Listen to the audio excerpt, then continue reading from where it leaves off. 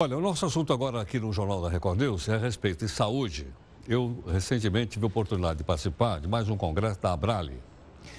E, entre outras coisas, tomei conhecimento também de um movimento de Todos Juntos contra o Câncer. A presidente da Abrale, que é Merula Stigall, gentilmente está aqui conosco. Merula, bem-vinda ao Jornal da Record News. Muito obrigado pela participação. Pela oportunidade. Merula, me diz o seguinte, num congresso como esse, de uma doença tão grave como o câncer, e eu tive a oportunidade de ver milhares de pessoas reunidas lá no WTC, aqui em São Paulo, uma quantidade grande de mesas discutindo temas absolutamente relevantes em relação a essa doença. Eu pergunto o seguinte, num congresso como esse, com o que é que isso contribui, né, para a saúde, especialmente para as pessoas que sofrem de câncer?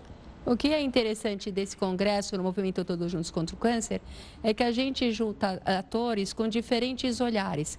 Então, são o Ministério da Saúde, os economistas, advogados, a mídia, médicos, pacientes, sociedades científicas, todos reunidos para avaliar o que existe na Política Nacional de Prevenção e Controle do Câncer e o quão distante a gente está dentro do que a política fala e a realidade enfrentada pelos pacientes.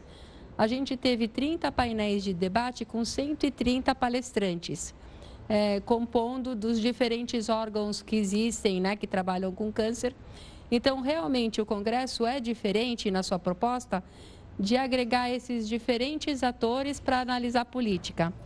E o que acontece, a gente não avalia só as novidades científicas que são pouco discutidas nessa oportunidade. A dificuldade e os gargalos enfrentados pelos pacientes. Por exemplo, dá um exemplo de um gargalo. Isso. A gente consolida na declaração, então assim, primeira coisa, a gente tem que falar mais de prevenção, né? As pessoas têm que tomar conhecimento da importância dos hábitos saudáveis, né? O tabaco está reduzindo, o álcool tem que reduzir, a alimentação saudável, exercício são fundamentais para evitar muitos tipos de câncer no futuro. Outro gargalo muito grande que a gente tem é o diagnóstico. Entre a pessoa sentir os sintomas e conseguir realizar uma biópsia para confirmação, o tempo médio é de 6 meses. 6 meses é muito ou pouco tempo? É muito tempo. É muito então, é muito tempo. O ideal seria que fosse no máximo em 30 dias, né? 30 dias no máximo? 30 dias no máximo, em função da agressividade. A doença acaba avançando. 65% dos cânceres são descobertos no estágio 3, que é mais avançado. E daí, são quantos estágios? São 3. São 3? São 3. São descobertos no terceiro? No terceiro estágio. Então, assim, no primeiro estágio, custa 1/10 do valor para você tratar o paciente, considerando só o valor do tratamento. Agora, sem contar o valor social de você ter uma cirurgia mais agressiva, um tratamento mais longo. Então, além de ser mais econômico, com certeza é uma qualidade de vida melhor para os pacientes. Agora, posso entender que no nível 1... a possibilidade, então, de cura é maior do que no nível 2, no nível 3 ou não? Com certeza.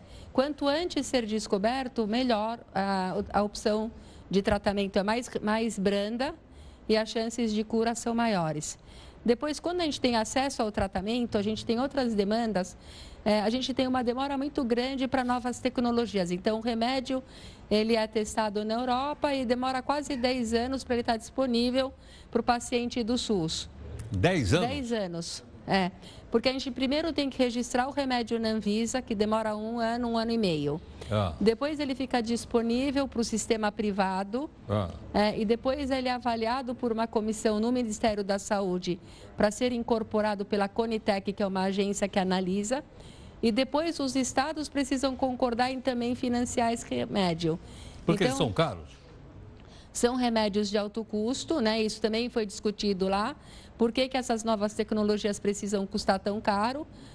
Então, assim, se a gente conseguir melhorar o nosso diagnóstico e entender, por exemplo, que no câncer de mama a gente tem mais de 50 subtipos e para cada subtipo existe um tipo de tratamento, a gente vai conseguir ter uma medicina mais personalizada para o câncer e com certeza um resultado melhor e um menor uso do recurso público. Mas, Merula, é por isso que muita gente entra na justiça e obtém lá uma decisão judicial para mandar comprar um tal remédio que não tem na lista do SUS? Exatamente. Então, assim, em função dessa demora da incorporação oficial pelo Ministério, o médico sabe, ele já testou uma terapia e não funcionou, o paciente não respondeu bem àquele primeiro tratamento. Então, ele quer tentar uma coisa mais moderna e não está disponível ainda. Então, o paciente recorre à justiça. Não é o ideal, mas é o que tem acontecido e tem levado a grandes debates sobre o custo, né, alto que o governo tem para financiar essa judicialização. Mas, infelizmente, é a forma que os pacientes têm encontrado para poder ter acesso. Agora, Marula, há casos também em que mesmo com o medicamento não estando registrado na Anvisa aqui no Brasil, as pessoas obterem a utilização dele através de decisão judicial? Acontece isso também, né, sem estar registrado na Anvisa, mas o nosso posicionamento enquanto instituição de pacientes, a gente não incentiva o paciente a entrar com uma ação por uma coisa que ainda não está validada pela Anvisa. Então, provavelmente o tratamento experimental, enfim. Então, eu acho que é um desrespeito também com o dinheiro público você entrar com ação com uma coisa que ainda não está disponível. Agora, Maru, além da medicina, como nós conhecemos, né? Que tipo de tratamento tem, que tipo de repercussão tem os chamados tratamentos alternativos? Há comprovação científica de que eles funcionam? Olha, eu acho que os tratamentos complementares, que a gente chama, né? Para o câncer não seria uma alternativa, seria uma complementação. Então, por exemplo, acupuntura, meditação, yoga, exercícios, tudo isso já tem uma comprovação científica que melhora o bem-estar, melhora o sistema imunológico do paciente e, com isso, ele tem uma resposta melhor. Para você ter uma ideia, tem pacientes com câncer metastático de mama, né, hoje nos Estados Unidos. Metastático quer dizer que está voltou, o câncer voltou e se espalhou para outros órgãos, né? Que se tratam somente com exercício. Então, assim, eles perceberam que fazendo exercício e hormonioterapia, o câncer não evolui e fica estacionado. Com isso, os pacientes ganham alguns anos de sobrevida para tentar uma nova terapia, uma novidade científica daqui a uns 5, 6 anos. Então, o exercício já se comprovou eficaz. E todas essas questões religiosas, a fé, né? Assim, quando você está doente, você se apega, e aquela força e aquela confiança te dão forças para enfrentar melhor e, com certeza, a resposta é melhor. Esse tema também foi discutido, né, das terapias complementares. Então, homeopatia, tudo isso, com certeza, vai conquistar mais espaço. Então, acho que é melhor eu usar o termo complementar do que alternativo, é isso? Isso, alternativo quer dizer, eu abandono a quimioterapia. Que não seria o ideal, que não seria recomendado. Tá. E outra questão também que está se discutindo bastante é a integralidade. Então, assim, você não tratar o paciente só do aspecto da doença, do câncer, mas você trabalhar com uma equipe, por exemplo, com psicólogo, nutricionista, fisioterapeuta, né? Então, você trabalhar o ser na sua integralidade. Então, equipe integralidade, né? Tratamento integral e terapias complementares.